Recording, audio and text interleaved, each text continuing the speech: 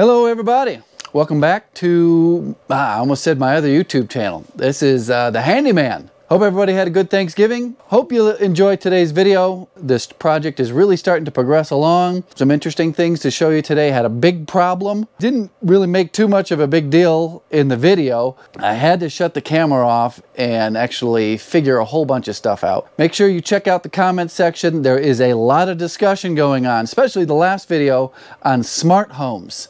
I didn't realize there were such strong opinions on technology and smart devices inside your house. I'll put a link for that video down below in the description if you want to go check it out. So it's time to wrap the chimney and drywall. I'm going to just use my drywall rasp to tune up this edge here that's going into here. What I'm going to do is push this tight to the ceiling. So the next one that's a full sheet will be pretty much resting on the floor, and my butt joints will be staggered a little bit. If you can, you try to avoid lining up joints over a long run. But if it's not convenient for a specific spot, I don't worry about the butt joints. I'm the guy that's finishing it, so I'm the guy who's got to deal with it. It's much easier to lift this piece up to the ceiling than it is this piece. Continuing to use that Cobalt drywall sinker. It's working all right.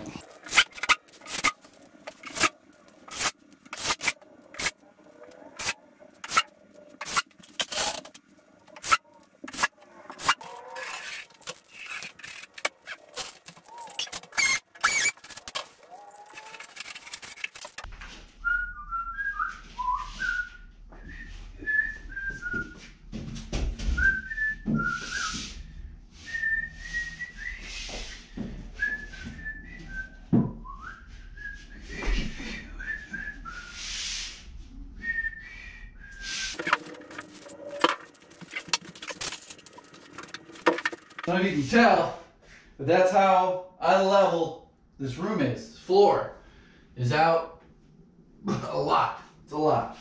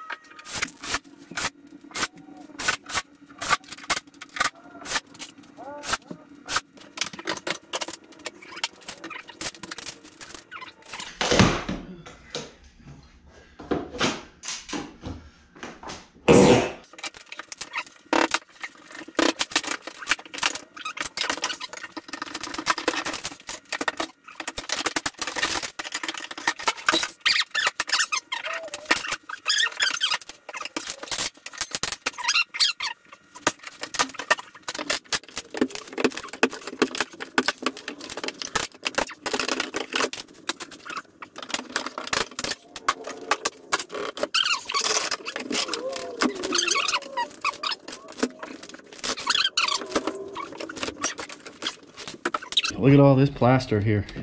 I'm gonna pop this right out because I have to make this work. This is gonna be a niche from that side, so it's gonna get finished from the living room side over there.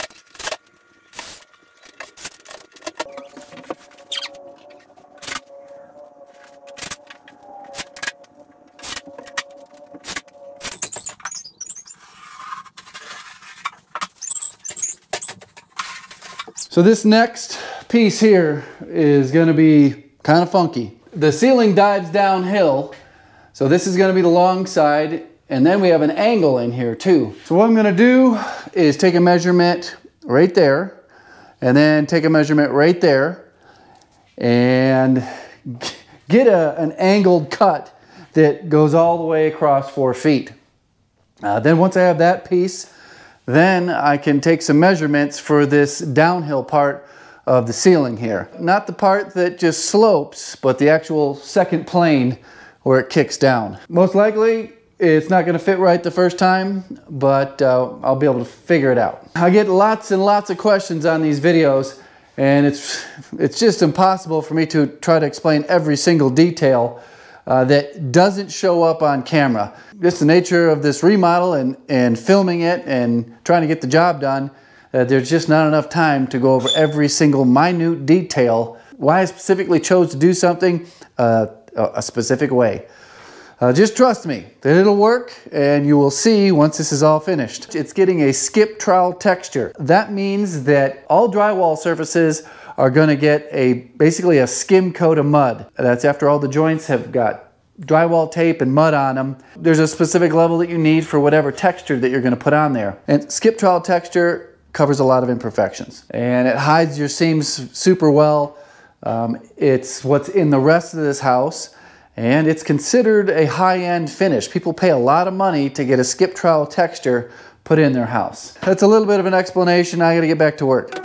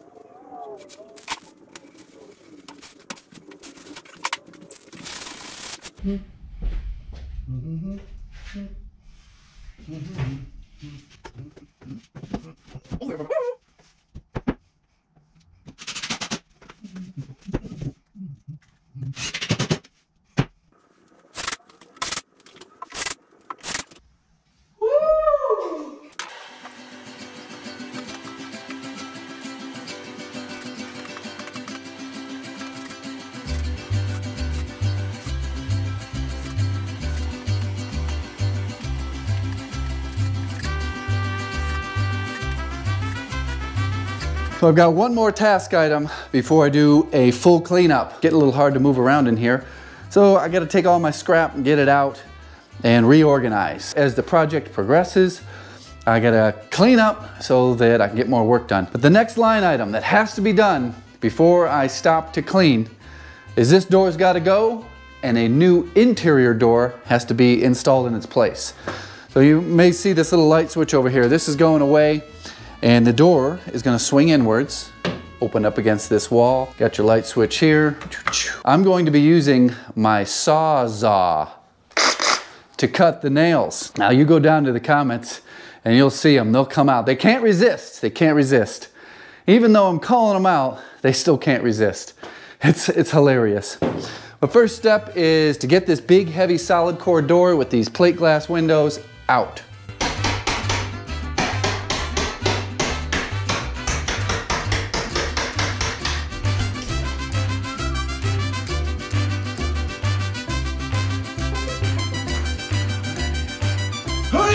Oh, mother, that's heavy.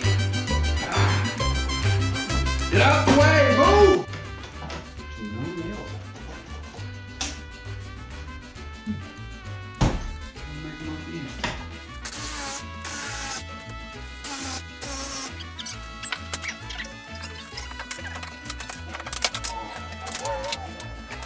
I'm showing you what I'm working with here.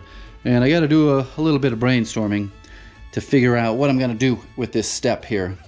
My initial thought is just have an oak transition, kind of like what was there before, but a little bit lower profile, that's going to span from the oak floors and subfloor, which is the planking, over to a vertical right here. We'll finish this off with either paint or sheetrock. We'll see how everything fits together here. But I gotta go, probably gotta go back to the workshop and see what I got. I know I've got quite a bit of oak planks, so we could make one that goes right across here like that. So from right here, it looks pretty darn good. Well, that is not the finished product. That is just the build-up, and I have doubled up two pieces, 3/4 inch domestic maple plywood screwed together. Looks kind of good from here, but that is definitely not the finished product.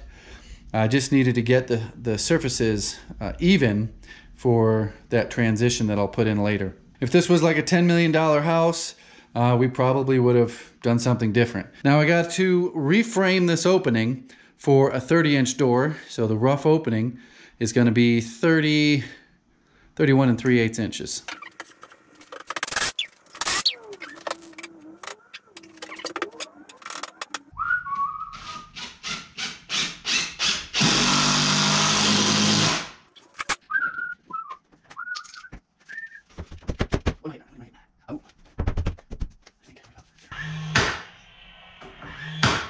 This is a temporary door. The correct door is, I probably guessed, back ordered, not available for a long time. We're just getting it in here and getting the room side finished. Hopefully within a year, 6 months, we can get the proper doors in here.